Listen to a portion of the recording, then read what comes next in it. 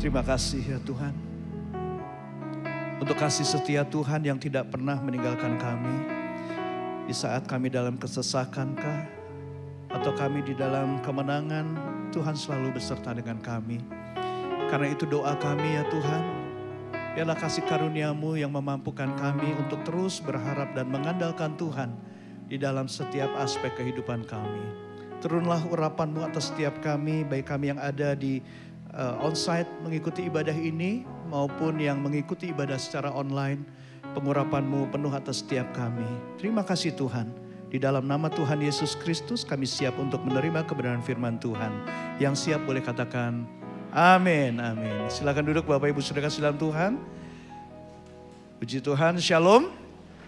Buat Bapak Ibu Saudara yang mengikuti ibadah secara onsite maupun yang mengikuti ibadah secara online. Tuhan memberkati kita semua. Bapak Ibu mendapat salam dari Pastor Andi dan Pastor Lia yang hari ini sedang melayani di Tasikmalaya. Puji Tuhan. Sebuah pertanyaan yang menjadi tema di bulan September ini adalah what would Jesus do in ministry? Apa yang akan Yesus lakukan dalam pelayanan? Dan menurut saya jawabannya Yesus melayani yaitu menginjil dan memuridkan. Sebulan ini saya melayani 2 kali ibadah kedukaan.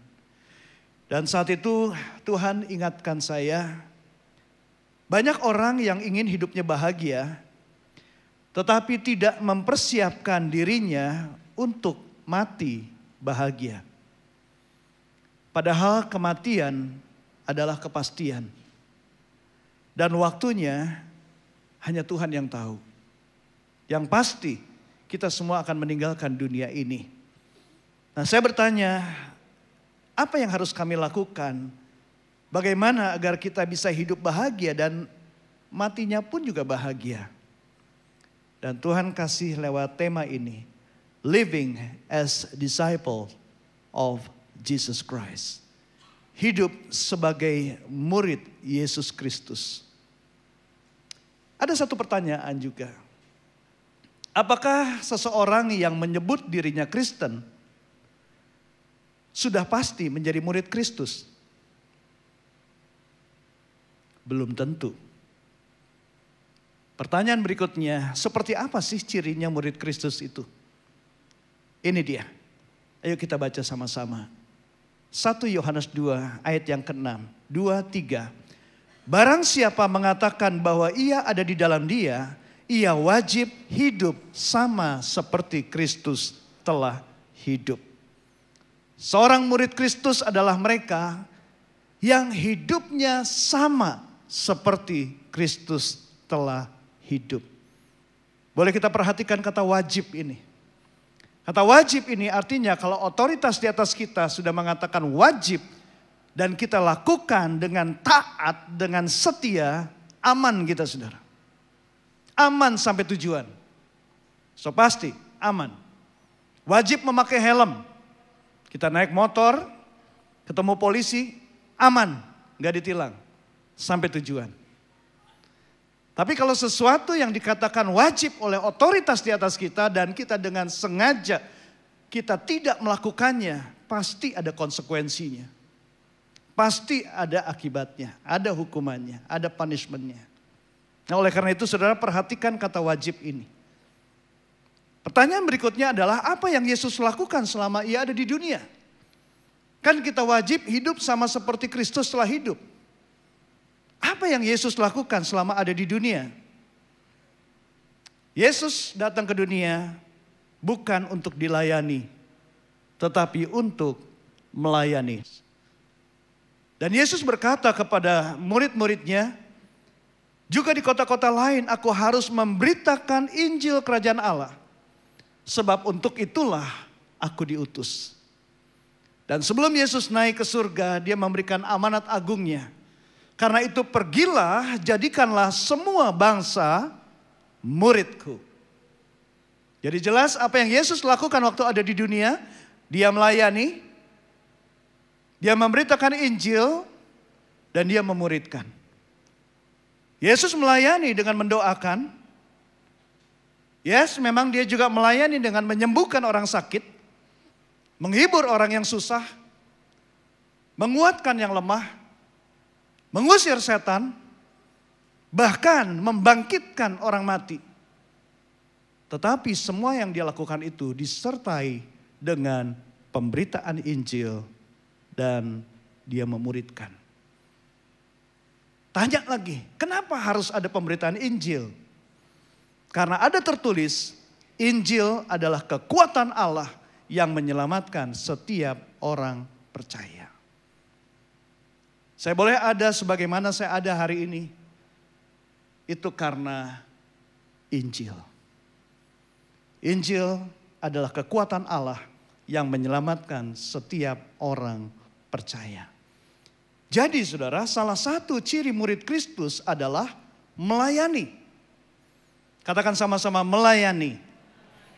Dan pelayanan ini adalah jembatan supaya Injil Kerajaan Allah bisa disampaikan dan pemuridan bisa berlangsung.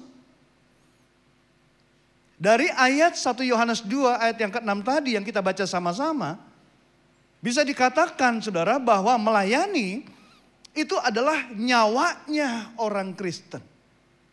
Yang masih bernyawa boleh lambaikan tangannya. Yang di rumah-rumah juga ya. Jadi saudara, selama nyawa ada di kandung badan, Tuhan mau di mana saja kita berada, ya kita melayani. Kita bisa melayani di rumah, di keluarga kita. Melayani pasangan kita. Melayani orang tua kita. Melayani anak kita. Kita juga bisa melayani di kantor. Melayani teman kita, melayani atasan kita.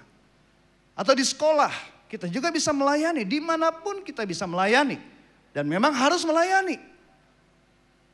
Dan bentuk pelayanan itu macam-macam. Bisa mendoakan, bisa menguatkan, menghibur.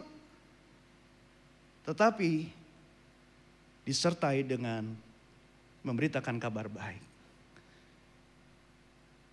Saudara, Tuhan mau kita hidup sama seperti Kristus telah hidup.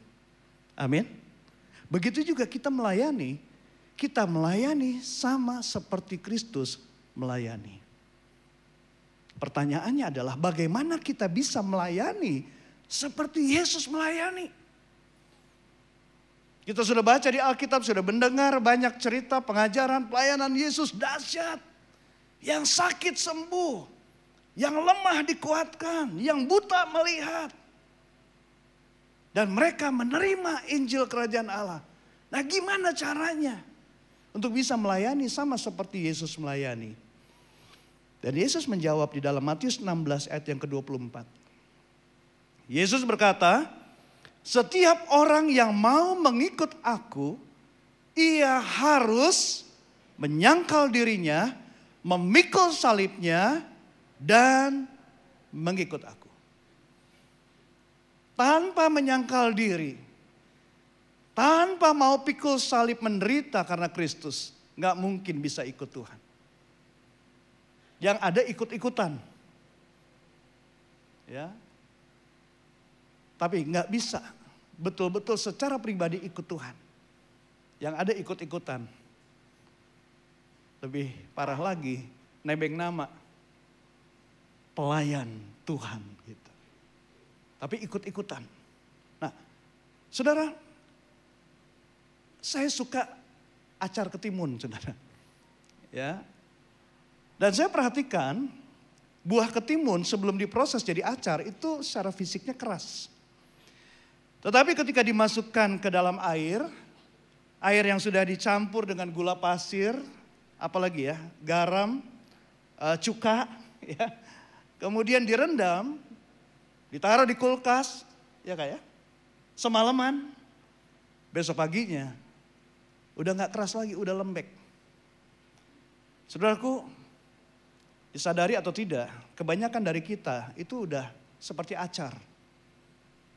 Kita berada di tengah-tengah dunia yang membombardir kita dengan nilai-nilai yang ungodly. Dengan value-value duniawi. Dibombardir lewat sosial media, lewat media-media yang lain, saudara. Kita dibombardir terus-menerus, saudara.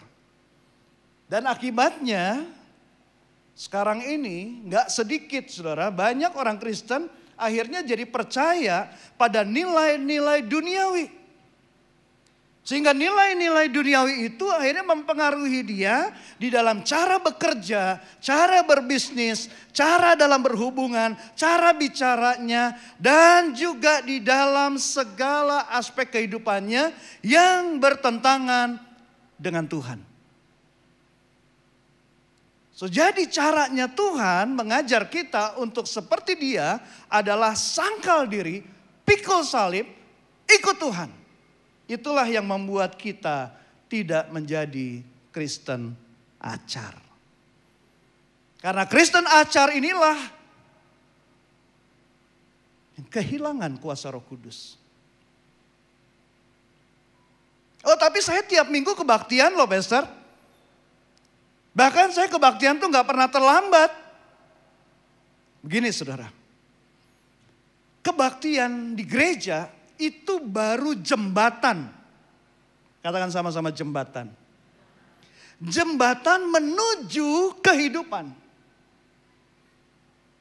Arti ibadah itu sendiri adalah pengabdian kepada Tuhan, ketaatan, kerendahan hati yang ditujukan kepada Tuhan, melibatkan rasa cinta kita, rasa hormat kita, rasa tunduk yang mendalam kepada Tuhan. Dan itu mencakup semua perkataan kita kah, perbuatan lahir dan batin yang disukai sama Tuhan. So, jadi ibadah adalah kehidupan. Sehingga kehidupan ibadah yang benar akan membuat seorang Kristen bertumbuh karena melakukan perintah Tuhan dan menjauhi larangan-larangannya. Dan buahnya, katakan sama-sama buahnya, adalah keserupaan dengan Kristus. Karena itu saudara, kalau ibadah saudara di gereja tidak sampai kepada kehidupan, hanya sampai pada kegiatan ibadah saja, maka saudara baru sampai di jembatan aja. Baru sampai di jembatan. Parahnya jembatan gantung lagi. Goyang sana, goyang gini. Saudara belum nyebrang sampai kepada tujuan. Alias hidup saudara seng berubah. Alias hidup saudara nyanda berubah. Alias hidup saudara tidak berubah. Kehidupan Kristus pun tidak nampak dalam kehidupan saudara. Enggak kelihatan.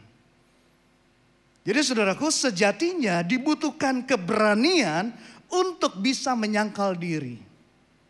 Artinya menempatkan kebenaran, bukan pembenaran, di atas segalanya. Pada waktu berbisnis ada tawaran seperti ini, kebenaran mengatakan apa? Pada waktu dijodohin seseorang yang berbeda imannya, kebenaran mengatakan apa? Bahkan ketika kita diajak pelayanan dalam satu pelayanan tertentu, kebenaran mengatakan apa?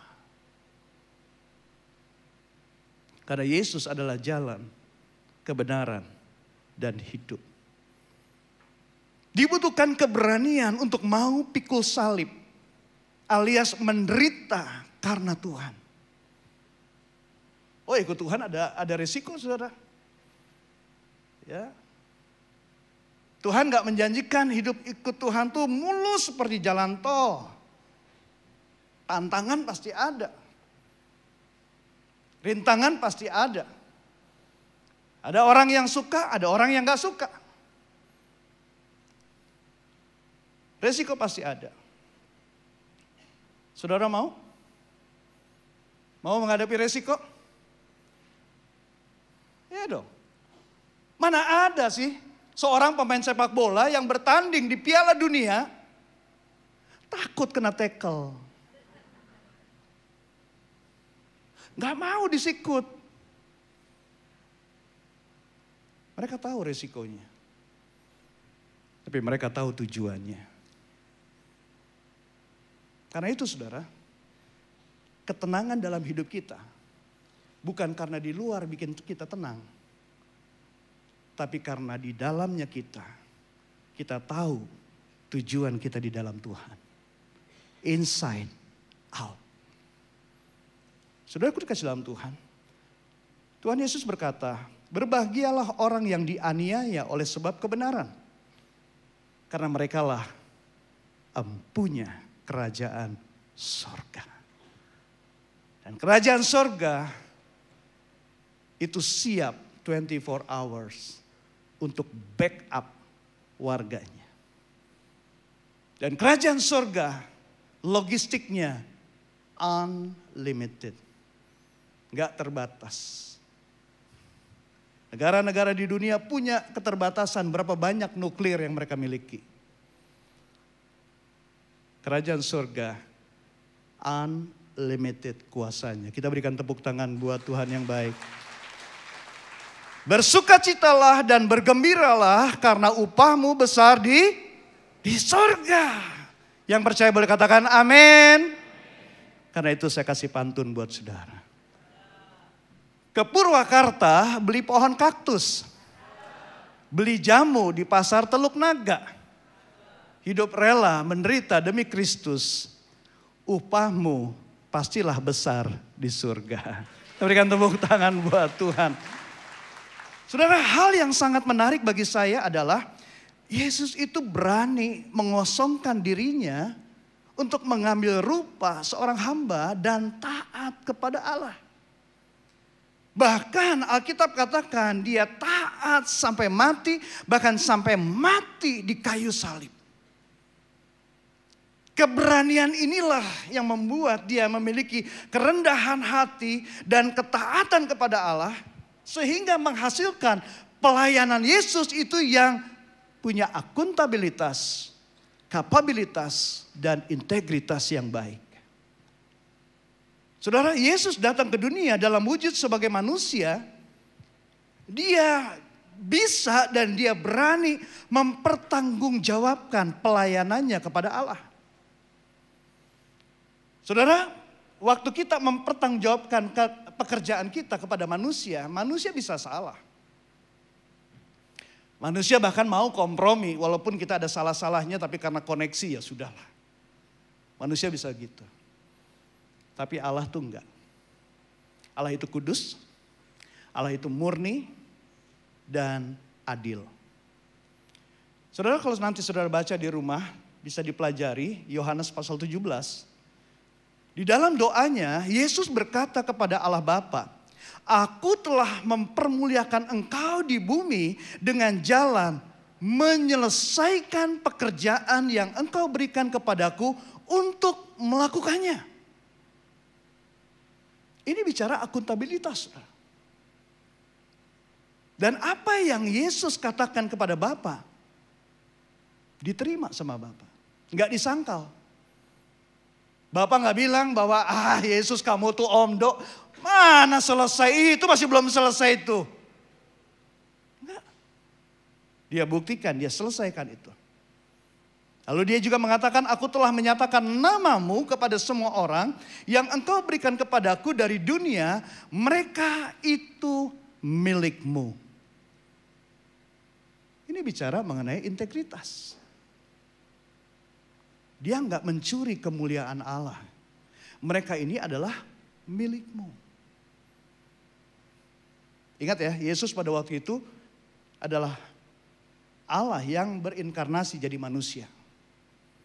Tadi dia mengakui bahwa orang-orang yang datang kepada dia itu adalah milik Allah. Engkau telah memberikan mereka kepadaku. Ya. Mereka diberikan oleh Allah. Yesus nggak bilang, ya mereka kan datang kepadaku karena aku hebat kan Allah.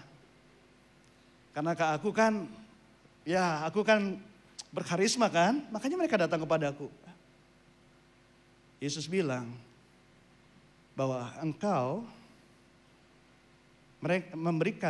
yang memberikan mereka kepadaku. Dan Mereka telah menuruti firman-Mu. Wah, ini menarik nih buat saya. Menuruti firman. Kalau menurut Bapak Ibu Saudara teman-teman, membuat orang percaya sama Tuhan gampang apa susah? Hah? Susah ya? Iya benar, pengalaman saya juga susah. Membuat orang untuk melakukan firman, susah apa gampang enggak? Susah. Tapi Yesus berkata, mereka menuruti firman-Mu. Artinya apa? Yesus sudah punya akuntabilitas yang baik, integritas yang baik. Yesus juga punya kapabilitas yang baik. Dia punya pola komunikasi, pola relasi yang baik. Sehingga apa? Orang senang ngobrol sama dia. Ditambah lagi kehidupan dia yang berintegritas menjadi teladan. Nah ini kuncinya saudara. Dalam pelayanannya Yesus memiliki akuntabilitas, kapabilitas dan integritas yang baik. Sehingga doanya diterima oleh Allah. Alkitab mengatakan Allah meninggikan Yesus dan mengaruniakan kepadanya nama di atas segala nama. Kita berikan tepuk tangan buat Tuhan Yesus yang luar biasa. Jadi kalau saudara dan saya ingin memiliki kehidupan seperti Yesus yang hidupnya melayani, milikilah keberanian yang Yesus miliki. Ayo tunjukkan keteladanan Yesus di dalam pelayanan saudara. Dan kalau saudara hidup dan kita punya akuntabilitas, kapabilitas, integritas yang baik, so pasti kita akan dipercaya oleh Tuhan dan dipercaya oleh sesama manusia. Yang setuju boleh katakan heeh. Ke Salemba Beluntas naik bis patas. Di jalan raya ada dahan pohon akasia. Punya akuntabilitas, kapabilitas dan integritas. Pasti dipercaya Tuhan dan manusia. Amin. Kita berikan tepuk tangan buat Tuhan Yesus yang baik. Saudara, tanggal 10 Oktober ini adalah Hari Kesehatan Mental Dunia. Tanggal 10 September yang lalu adalah Hari Pencegahan Bunuh Diri Sedunia atau World Suicide Prevention Day.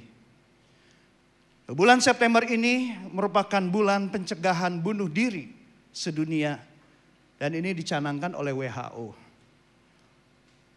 Dunia membutuhkan kasih Tuhan.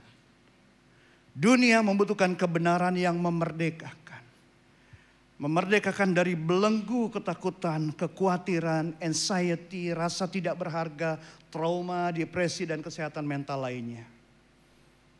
Dan fakta menunjukkan dari WHO saya dapatkan bahwa angka bunuh diri, ini menurut WHO tahun 2020 ya.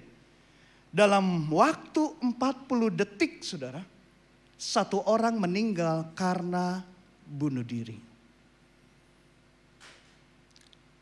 Orang yang kebanyakan mau bunuh diri karena dia gak tahan dengan beban. Dia pengen bebas dari rasa sakitnya. Dan 1,4% dari seluruh penyebab kematian atau peringkat 15 penyebab kematian di seluruh dunia itu adalah bunuh diri. Peringkat ketiga penyebab kematian pada remaja dan dewasa muda usia 15 sampai 29 tahun bunuh diri. Dan menurut WHO saudara, buat remaja wanita, bunuh diri adalah penyebab kematian nomor 1. Perlu kita ketahui sama-sama bahwa remaja wanita usia 10 tahun, ini adalah usia akil baliknya mereka. Kalau laki-laki itu 11 sampai maksimum 13 tahun adalah mulai akil balik.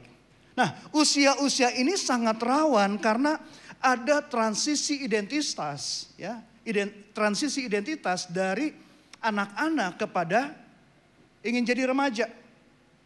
Nah di masa inilah mereka membutuhkan sosok, mereka membutuhkan figur yang memberikan identitas yang jelas.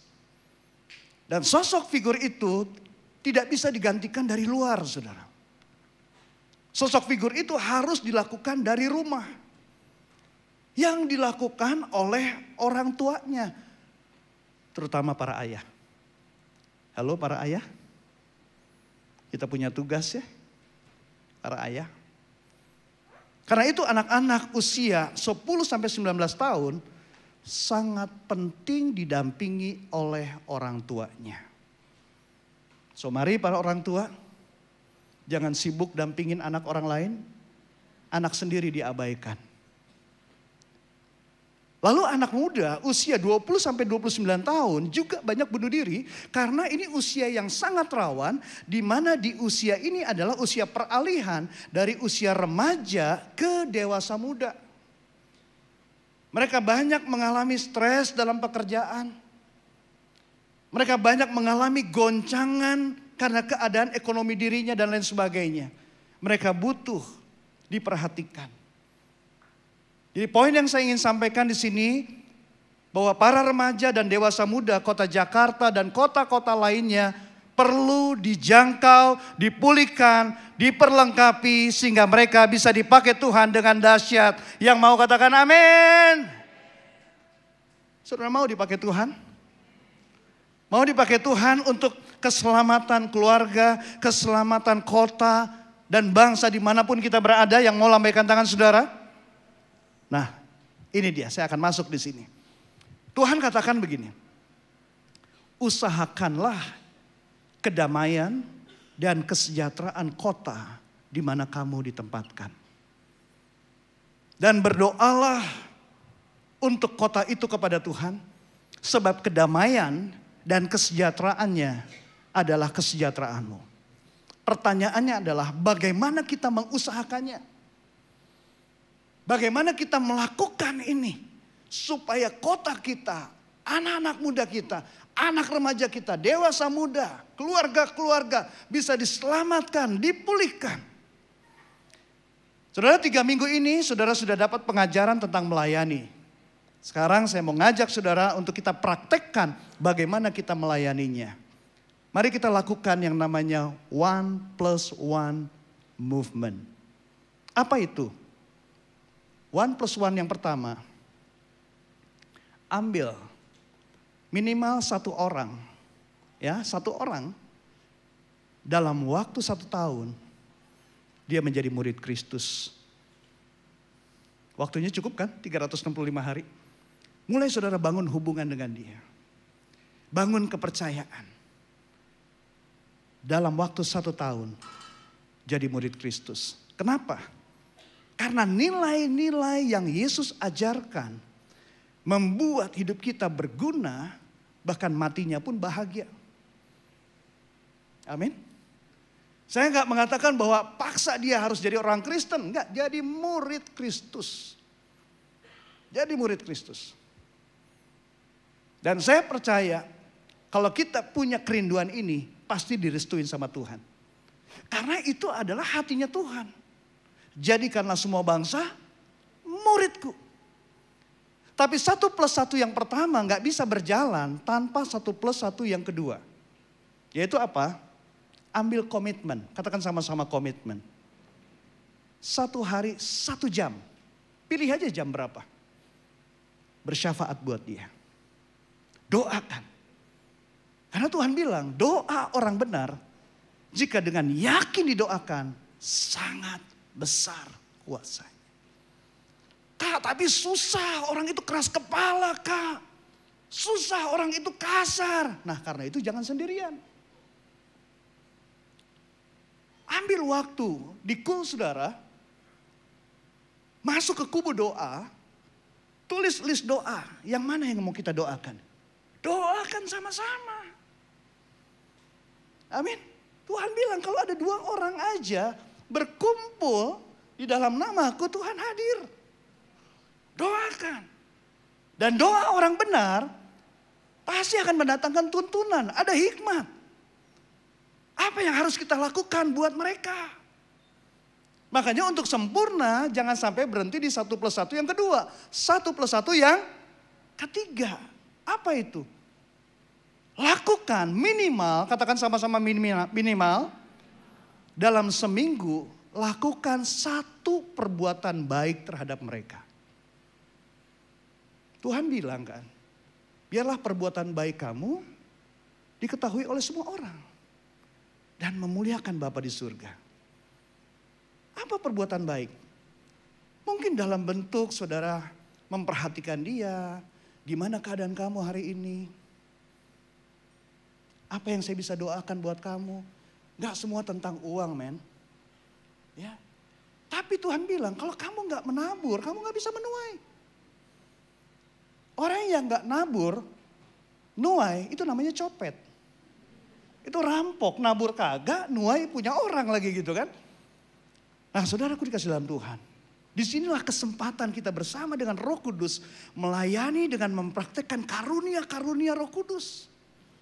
Mungkin dalam bentuk kita mendoakan orang kesembuhan terjadi. Atau di kul saudara lakukan. Memberi makan orang miskin misalnya. Membersihkan lingkungan bersama-sama. Saudara, apa yang saya sampaikan ini, udah beberapa bulan ini saya lakukan, saudara. Dan waktu saya lakukan, Tuhan membuat indah pada waktunya. Ada beberapa orang datang ke saya, ketemu sama saya.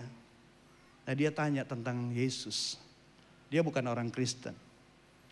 Dan pada waktu ketemu sama saya, langsung 4 berita Injil. Pertama, semua manusia sudah jatuh dalam dosa.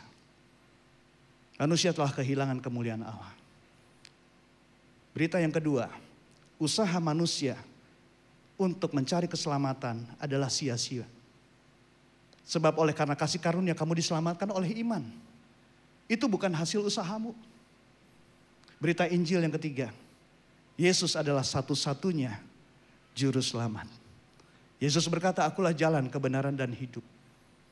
Dan kebenaran yang 4, mengaku dosa, menerima Yesus Kristus sebagai Tuhan dan Juru Selamat pribadi.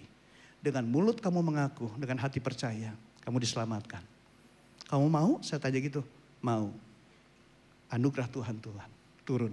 Keselamatan terjadi. Kita berikan tepuk tangan buat Tuhan Yesus yang baik. Haleluya. Nah, saudara, saya percaya pada waktu kita lakukan ini, bergerak bersama-sama. Kul saudara, gak akan pernah sama lagi.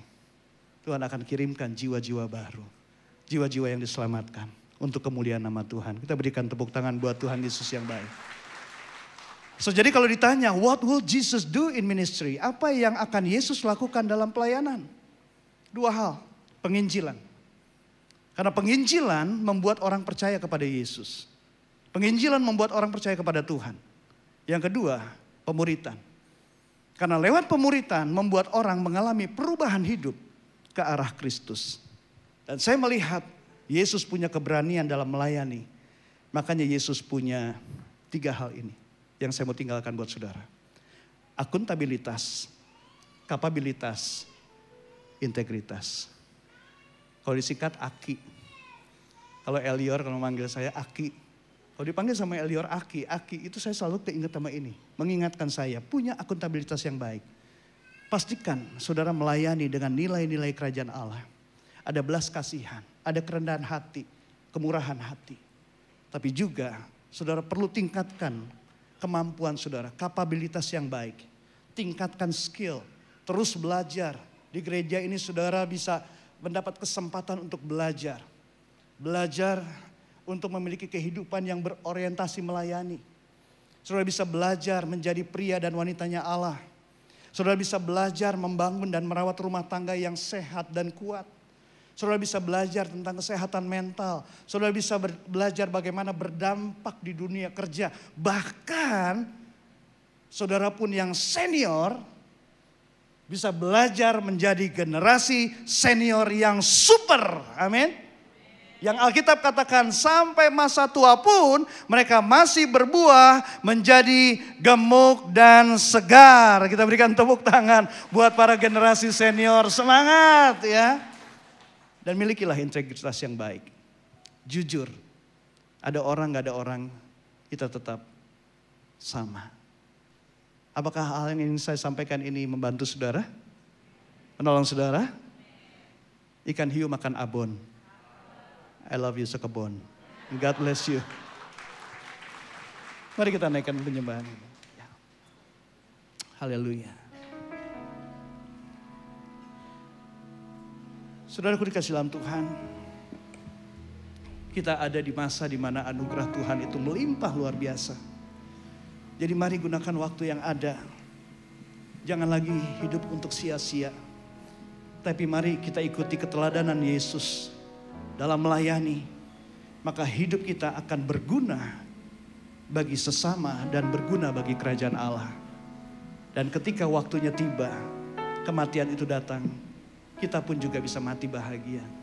Seperti Paulus berkata, bagiku hidup adalah Kristus, mati adalah keuntungan. Amin. Saudara percaya? Mari yang percaya boleh bangkit berdiri, kita akan nyanyikan lagu ini sama-sama. Haleluya. Kini aku percaya, tiada yang mustahil bagimu. Kuasa-Mu kuatkanku,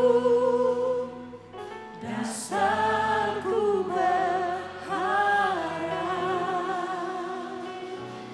Kini aku berserah pada rancangan-Mu bagiku.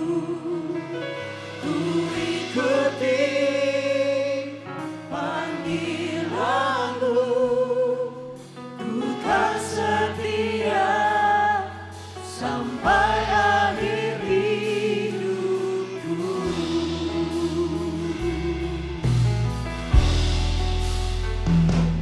Kini aku percaya, tiada yang mustahil bagimu. Kuasa-Mu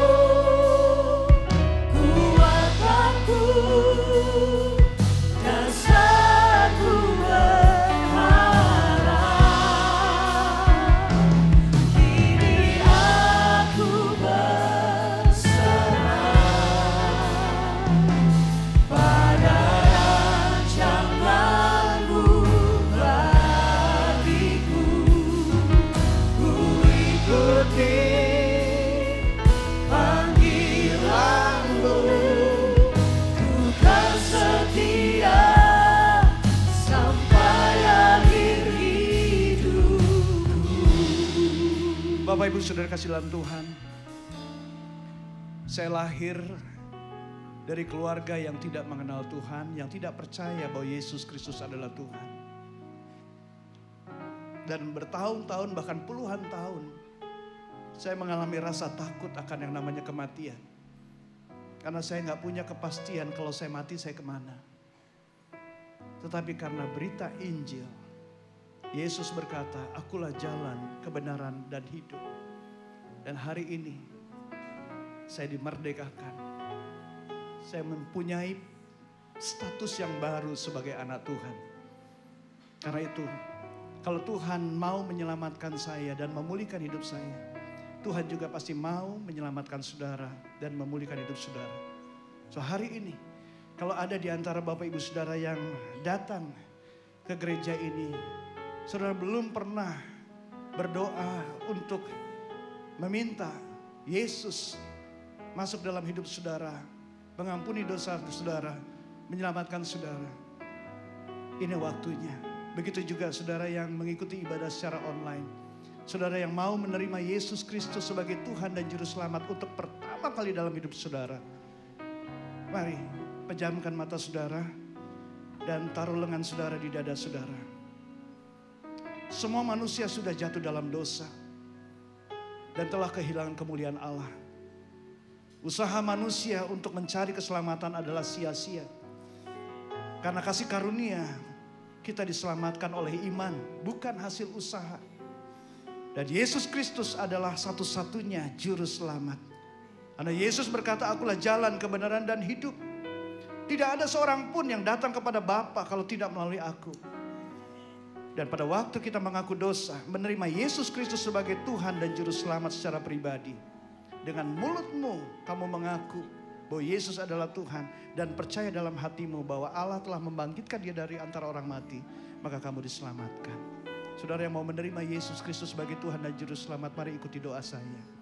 Tuhan Yesus, saya bersyukur Engkau mengasihi saya. Dan saat ini saya membuka hati saya mengakui saya adalah orang yang berdosa. Saya memohon pengampunan dosa dari-Mu ya Tuhan. Dan selamatkanlah saya. Masuklah dalam hidup saya sebagai Tuhan dan Juru Selamat. Dan tolong saya untuk menjadi murid Kristus yang taat dan setia kepada Tuhan. Terima kasih Tuhan.